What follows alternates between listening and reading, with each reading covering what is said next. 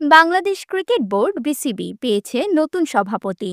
জাতীয় দলের সাবেক অধিনায়ক আমিনুল ইসলাম বুলবুল শুক্রবার পরিচালকদের ভোটে আনুষ্ঠানিকভাবে বিসিবির সভাপতি নির্বাচিত হয়েছেন। তিনি দায়িত্ব পালন করবেন বিসিবির পরবর্তী নির্বাচন পর্যন্ত। সভাপতি নির্বাচিত হওয়ার পর বিসিবি কার্যালয়ে শুক্রবার বিকেলে এক সংবাদ সম্মেলনে বুলবুল তুলে ধরেন তার সভাপতি হওয়ার জার্নি।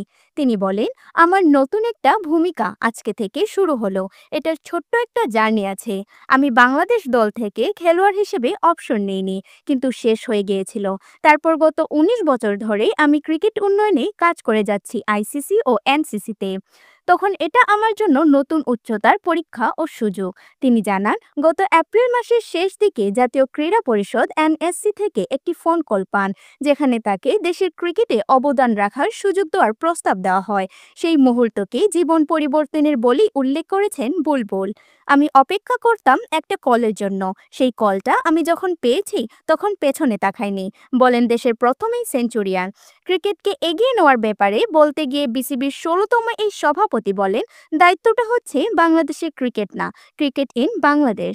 আমাদের দেশে কি ক্রিকেট আছে সেটাকে আরও এগিয়ে নিতে চাই। আমি বিশ্বাস করি ১১ জন নয়, বাংলাদেশের সবাই ক্রিকেট খেলে। আমরা একটি দল হিসেবেই কাজ করব।